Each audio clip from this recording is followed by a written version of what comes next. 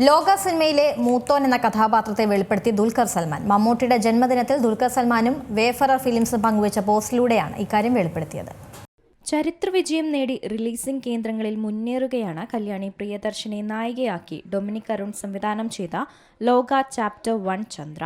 Dominic Arun സംവിധാനം ചെയ്ത ചിത്രത്തിൽ നസ്ലിൻ, ചന്തു സലീം കുമാർ, അരുൺ കുര്യൻ എന്നിവരും പ്രധാന വേഷങ്ങളിലുണ്ട്. ഇതിനു പുറമെ മലയാളത്തിലെ ഏതാനും പ്രമുഖ താരങ്ങൾ അതിഥി വേഷത്തിലും ചിത്രത്തിലുണ്ട്. ഇക്കൂട്ടത്തിൽ വളരെ പ്രധാനപ്പെട്ട ഒരാളെക്കുറിച്ച് ചിത്രത്തിന്റെ നിർമ്മാതാവ് കൂടിയായ ദുൽഖർ സൽമാൻ പുറത്തുവിട്ട കാര്യം ശ്രദ്ധ നേടുകയാണ്. മൂത്തോൻ എന്ന കഥാപാത്രത്തെ അവതരിപ്പിച്ചിരിക്കുന്നത് മമ്മൂട്ടിയാണെന്നാണ് ദുൽഖർ സൽമാൻ വെളിപ്പെടുത്തിയിരിക്കുന്നത്. മമ്മൂട്ടിയുടെ പിറന്നാൾ പ്രമാണിച്ച് ലോകയുടെ പുതിയ പോസ്റ്റർ പങ്കുവച്ചുകൊണ്ടാണ് ദുൽഖർ ഇക്കാര്യം പറഞ്ഞത്. മൂത്തോന് പിറന്നാൾ ആശംസകൾ എന്നാണ് താരം പങ്കുവച്ചിരിക്കുന്ന പോസ്റ്റിലെ വാചകം. മമ്മൂട്ടിയുടെ മുഖം വ്യക്തമല്ലാത്ത പ്രത്യേക പോസ്റ്ററാണ് ദുൽഖർ പുറത്തുവിട്ടത്.